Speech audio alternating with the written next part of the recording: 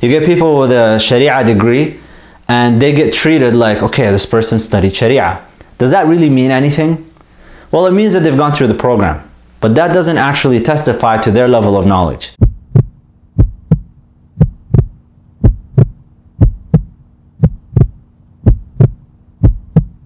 Assalamu alaikum. Got a question over Facebook through my Facebook page, and for those of you who don't know, the link for my Facebook page is in the description box. So if you have any questions or queries and you might feel that I have something beneficial I might say about, please send them over there. Just keep in mind that if I don't answer you right away, it's not because I'm ignoring you. I'm just, there's quite a few of you, so I try my best to get to everybody. At any rate, Fadila is asking, and she wrote the question in both Arabic and English, but I'll just read the English portion because most of you guys don't speak Arabic, so just for the sake of brevity here. Today's khutbah, and this question was sent on Friday, I guess. The khutbah was about the virtues of seeking knowledge. While the khatib was speaking, I had a question in mind. What makes the student of Islamic knowledge in particular qualified to become a teacher? What's the determining point in which the student becomes a alim? This is one of those things where there's really no one single point, determining point where you become a scholar. We have this kind of artificial system that's been set up where let's talk, for example, about just the levels that we go through. You finish high school, you get a high school diploma, right? That supposedly says you've mastered a particular level of knowledge and expertise of this civilization that we're living in, and at that level you get this high school diploma. Beyond the high school diploma, you get through, if you go through university, college, and you get your bachelor's degree, that says that you've mastered a particular level of knowledge. But as everybody knows, C's and D's get degrees. Doesn't really mean that you know anything.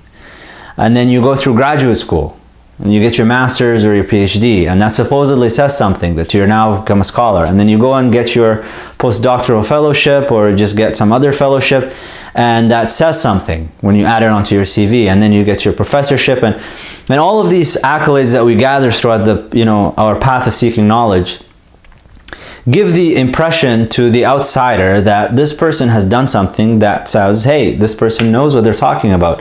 And once you get to a particular level, they refer to you as a scholar. That reference usually comes from outside.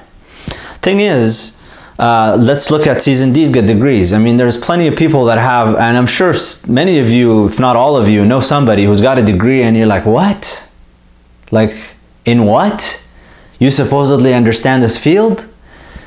Sheikh Muhammad Amin al-Shanqiti rahimahullah was asked in class at one point, and this story gets transmitted between this, circles of students of sacred knowledge, where he was asked about shahadat al-zur, false testimony, perjury. And he said, shahadat al-zur, false testimony, is this piece of paper that you get at the end of this program that says you know something. You get this impression that this person now mastered the tradition. You get people with a Sharia degree and they get treated like, okay, this person studied Sharia. Does that really mean anything? Well, it means that they've gone through the program, but that doesn't actually testify to their level of knowledge. Some people are good test takers. That doesn't mean they understand the subject. So what tells you that you're somebody who has mastered this to a level where you can teach? Usually it comes from your teachers. Your teachers know you best. They look at your mastery of the subject, and I could tell you personally, any text that I teach, that I studied with a teacher, my teacher, I get my okay from him. So I go to him, and when I taught Akhdari, for example, when I taught Ibn Ashir, I taught these texts, these fiqh texts in Maliki fiqh, and any other text that I've taught was always after just getting my okay with him. That he checked my understanding and he made sure, so there's actually two things. First of all, making sure that you understand the text that you're going to teach. Only your teacher can discern that. And that is not done through simply just making you take a test. It's just through an interaction back and forth that they understand that you're somebody who understands the subject, and they can affirm that, and then they can tell you, okay, now you can go and teach this text, and they tell you which text that you're allowed to teach. The second thing, which is even more important than your understanding of the text, is your attitude. it's about whether you're somebody who's, I shared this thing the other day, and it's a text that says, it's something that Sufyan al-Thawri, rahimahullah, said, one of the tabi'een. And he said, knowledge is 3 spans. The first span is arrogance, the second span is humility, and the third span is recognizing that you don't know anything. That's the 3 spans of knowledge. People that get into the tradition and study it, you'll notice that beginner students and even intermediate students, they're stuck in that first span. It's this arrogance span. It's a span where they think that, well, I've mastered the tradition. I know what I'm talking about.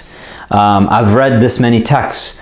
I've read this many commentaries on all of these texts. I've read all of the hadiths. I've gone through the collections. I have all of these ijazat. I have all of these licenses to teach. And you'll notice that they have this attitude about themselves that they feel like, okay, now I know what I'm talking about and I could just talk about it. And when you're in this level of arrogance, you'll find yourself feeling a bit of shyness, if not total lack of regard for the element of ignorance. In other words, when you're teaching, the position of the teacher, as you know, you go through the whiteboard or you're teaching somebody or you're going through the text and you get questions. If you're unable to say, I don't know the answer to this, out of fear that you might be looked at as, well, why am I here anyways studying with you? You know, like if you're gonna go look it up, then I might as well look it up. If you have that fear in you that you don't want to say, I don't know, especially when it comes to very basic things, then you shouldn't be teaching anybody. Because you will go down the road of speculation to cover up your ignorance. This is another thing that your teacher would discern from you. It's your attitude to the whole subject. You should be, I mean, Imam Malik, who else can claim right now like they have even attained, you know, a portion of what Imam Malik has attained. Imam Malik had somebody come from Iraq, travel all the way from Iraq, and asked him 43 questions. 37 questions, he said, I don't know. And the man said, I come all the way from Iraq, and you're Imam Malik after all. People talk about you, your name is all over the place, you're the famous Imam Malik, and these should be simple questions for you. And Imam Malik's response was, do you want to put me between you and Allah as an excuse for you doing something wrong and pin it on me kind of thing? I don't think so. If I don't know it, I don't know it, and that's it. And he wasn't shy to say that. Also, your attitude should be, again, another statement from Imam Malik, تعلمت العلم لنفسي. I learn knowledge for my own sake. It's for me. It's not for you. It's for me. I want to know. So it's really just a combination of these things. And then finally, just to cover this basis of undergrad versus grad, you finish your PhD or master's.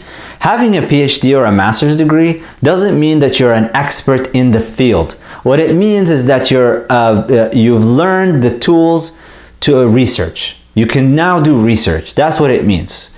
You might be an expert in that one very specific element in your field that you can talk about, but a bigger picture than that, getting a master's or a PhD, a graduate degree in Sharia, where people refer to you as a Dr. Fulan, that doesn't mean that you're a scholar. Scholarship is a lifelong journey. It's not something that you get to a milestone and now you can claim to be a scholar in it. You should always have the attitude of, I'm a student of knowledge, I'm just a student. And whenever people come and ask you, personally, for me, whenever people come and ask me for things, I have no shyness whatsoever. If there is a mufti by me, an imam somewhere, or somebody that I could just direct them to, just direct them to it. And actually, sometimes I might even know the answer, but I prefer not to answer it. If I know somebody who's more knowledgeable than me that they can get to, I would just direct them to that person.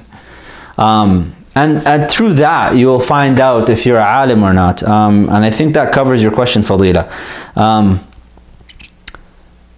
I think just a final piece of advice, don't make it about becoming an alim.